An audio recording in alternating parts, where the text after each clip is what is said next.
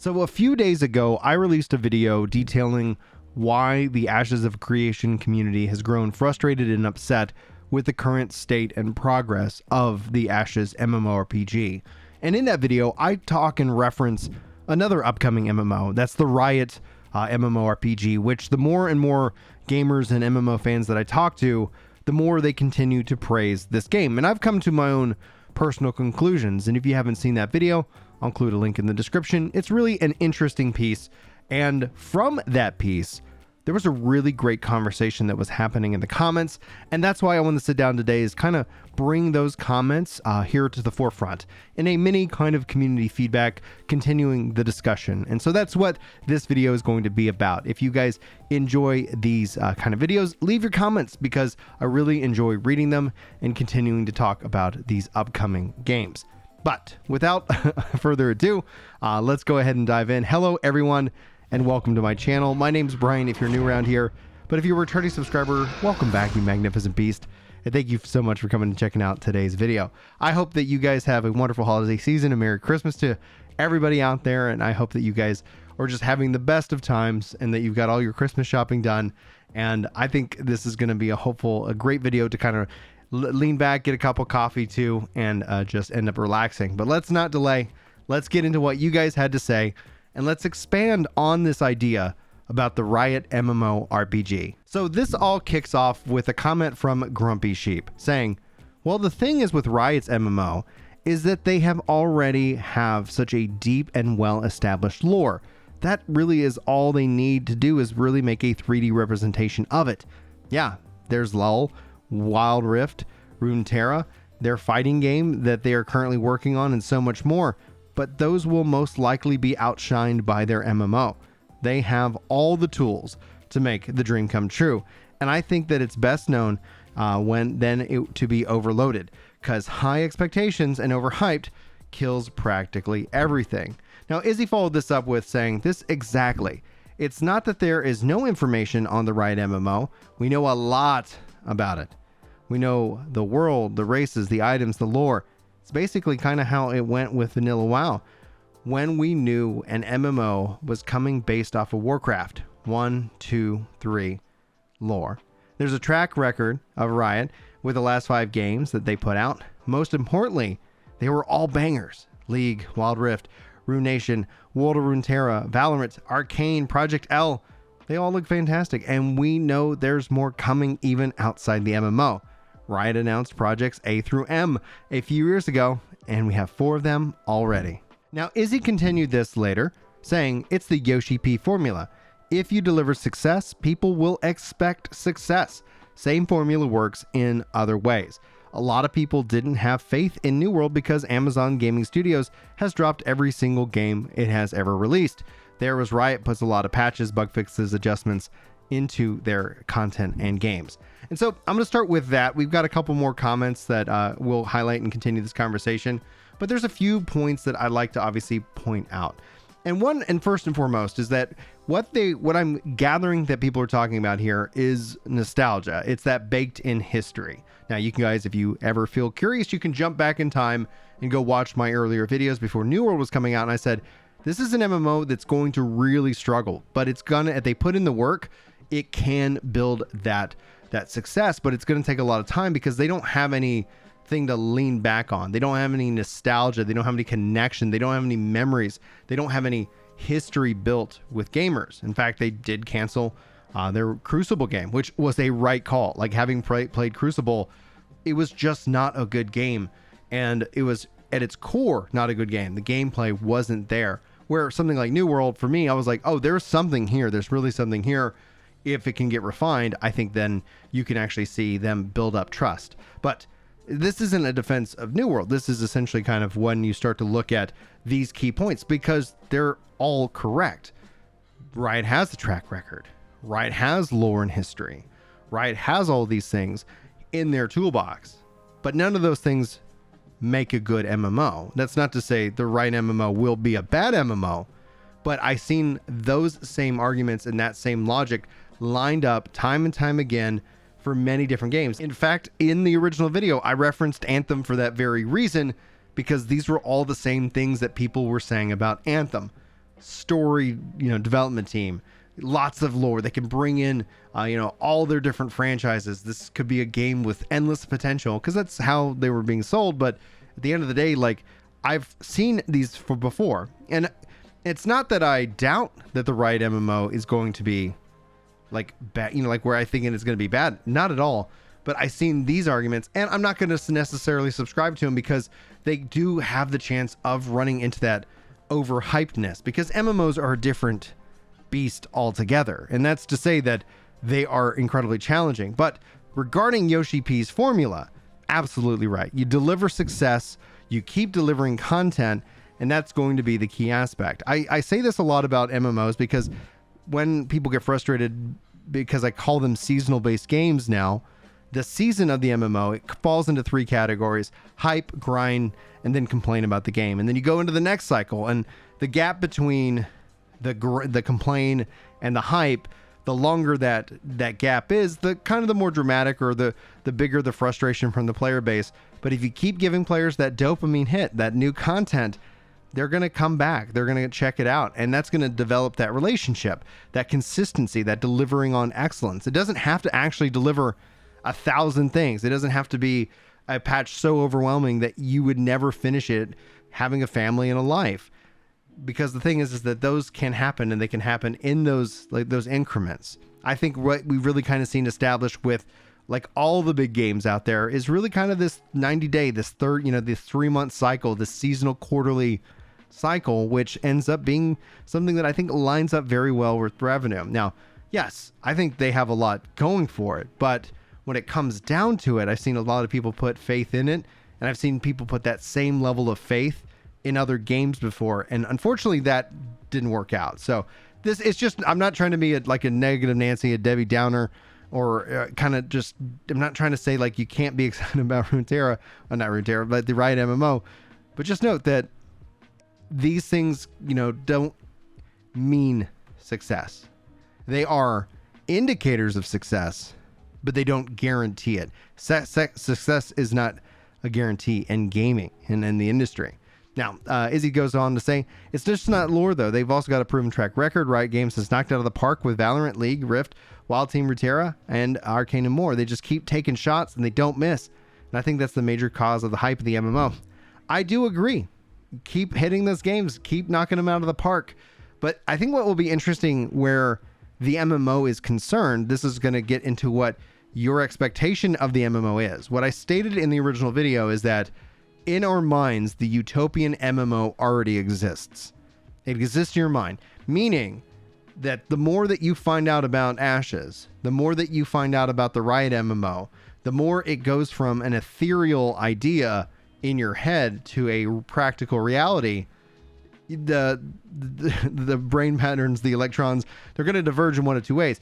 They'll be excited about what you hear, or they could be disappointed. We're seeing this already with Blue Protocol's announcement.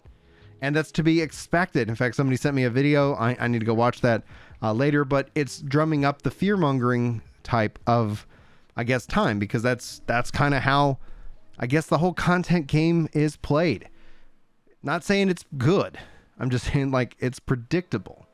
And let's go back to Grumpy Sheep saying, okay, I understand, but I do think it does play a big role in why everyone's paying close attention to the Riot MMO. Absolutely. And why AOSC may not be impacted by it. Honestly, I wouldn't know because I don't have a PC to play AOSC on and everything about that, but I do play a lot of Riot's other games, and they help expand and extend what they've already built. But sorry, these comments aren't on topic, and that's perfectly fine. You guys can always get off topic in the comments below. Now, I want to highlight pips here. Let's get a full disclosure. Let's get a good understanding when it comes down to how we all view our MMOs, right? Like, Pips and I agree a lot. We kind of tend to gravitate towards something like Embers Adrift, like something that's kind of that harder, old school MMO. And it's not because we agree that I want to highlight him here at the end of this video, but because I think he brings up some fair points to reference additional games. That's the same thought process that leads to Cyberpunk, he says. People tried to say that it's how WoW was made, and everyone forgot that WoW release was actually just kind of okay. It did not get big until South Park, and even Final Fantasy XIV's claim to success is just Asmon. Before then, it was just an okay release for almost 10 years. Now, I don't agree with some of these things. Now, while I was aware of WoW and I tried it, it just wasn't kind of my game. It's hard to say. Like for a lot of people, it defined MMOs for them. For me, it didn't. It was very, very different, and it really wasn't something that resonated with me. That's not to say it's a bad game. It's not to say I'm right. That's just the nature of it. We're talking about having preferences in soda. I like Dr. Pepper. Maybe you like Coca-Cola. Like, that's welcome to the MMO great conversation. They all fall within that same they're probably killing us anyway category, but that's going to be how it is. And anyway, so now I don't think 14's claim to success is Asmongold. They've been doing the work. They've been putting in that success. And then when these big moments happen, they happen, and there's a lot of growth from those. The phrase that I like to say is 10 years to overnight success. When you start to break that down, somebody becomes an overnight success or sensation, but they were already putting in the work. They were already showing up. They were doing the work and the grind before there was money, before there was notoriety. It was just something they were passionate about or talented at. 10 years to overnight success. The 14 team has done the work. Asmon helped light a, kind of break down some walls, but that's just how those kind of things happen. And it was, I think, overall a good, healthy thing for, breaking down hopefully some MMO tribalism walls, but still there's always going to be those kind of people, and you can't fix stupid. So that is how it is. Anyway, we already have a ton of MMOs that are better than those two, yet the majority of MMO players have only played one MMO. I think that has a lot to do more with the subscription model that MMOs have really kind of was in. And I do think that's going to change. I mean, I could be wrong, but the more and more you see MMOs being built, it seems like they're going to that buy-to-play, free-to-play model, because there is this level of subscription fatigue. How many things can you legitimately be subscribed to and legitimately give time to? And I think MMOs have suffered because they haven't been able to pivot off that business model successfully, but maybe that's not the right word. What we're looking to see here is that they have struggled with that. And when you see these model and business model changes, that tends to redefine the relationship, and it can really frustrate and hurt gamers and that trust that gets built up, because these aren't just games, they're services. They're kind of in a way, some kind of relationship, maybe a little bit of a parasocial relationship that we have with the devs and with the game and with our characters within the game. We put time into them. We invest that time, and the game either respects our time or it respects our investment. And there's kind of what we were talking about in our Discord chat today. It was a great conversation, but I ended up kind of talking about what I would call the TVI scale, the time versus investment. Are you somebody who wants a game to respect your time more, or are you somebody who wants to respect your investment more? Both games are going to be on that scale. Like maybe like the modern MMOs are more, like 60, 70% TVI. And the older MMOs were more maybe 30% TVI, meaning they respect more your investment than your time. And that's always going to be something that the old school and the new school, or the Dr. Pepper and the Coca-Cola, are going to fight over for years and years to come. But we know clearly on the TVI scale, people I feel favor, in terms of just numbers alone, a higher score on that rating. Now, you will hear tons of players scream the Final Fantasy XI and EverQuest are the best MMOs, yet this new generation gets zero chance to play those games as new releases and in the state that we got to play them. I feel like a modern game is trying to do these new things and rush people onto a new frontier, while knowing you have a development team using every type of tool so that they can just make a better game. Now it's all about producer hype. And I don't think it's all about producer hype. I think it's the actual response that players have. I think when you look at the business, right, we like to think of these games as our friends, as our, as these communities. But at the end of the day, there's still a business behind them that has business rules, that has people that they have to answer to, especially in a public traded fashion where decisions have to be made in the interest of the shareholder. These are laws. These are things that are written and should be taken into account, because if you're outside, let's say you really like, Final Fantasy 14, you can go buy Square Enix. You can go buy, into a company and have an ownership stake and have a seat at, if you have enough money at the board, but you could have essentially a voting, share in that regards. these are things. And then they have a fiduciary responsibility to you for that. And that's where some of this stuff gets complex and gets complicated. And the people who are passionate about it, who need the money to be funding it, you know, have to also deliver a way that they can profit from it. And profits aren't evil, and nor are the people who make games in order to profit. Typically, we would say, make the best games and you'll profit in the most fashionable way. But that's going to be how it is. But those are just kind of my thoughts. You know, hopefully I was able to expand on some of these ideas a little bit more. I absolutely hope Riot MMO comes out as a success and it just crushes. However, I think as we learn more and more about it, I'll be interested to see where you kind of fall. So if you're like all in on the Riot MMO, let me know at some point in the future, if you're ever like watching this or we're ever talking it, you know, on a live stream or something, like, have you shifted into like, oh, I don't know, it started off so great because they have the lore and the connection and the history.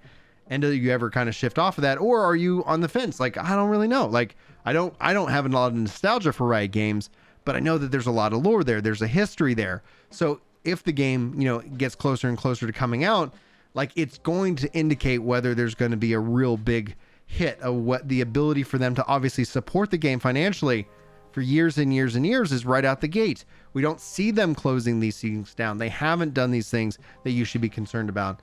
I don't think we should fault Amazon that much for it because they're still kind of getting started. They're still putting themselves out there. And I think they've shown themselves to be somebody who continues to work on it. They developed New World. New World's a great game. They continue to build it. It's going to continue to grow. And it's going to... They're going to continue to build it, and it's can continue to grow. It's going to ebb and flow, up and down. And that is essentially kind of how all this works and works together. Anyway, hype's a hell of a drug, guys. Don't get too high. Watch out for that. Watch out for that dopamine hits. And don't let the crash hit you where it hurts. Anyway, guys, hopefully you enjoyed today's video. I appreciate you hanging out, and hopefully we'll see you in the next one. But until then, take care.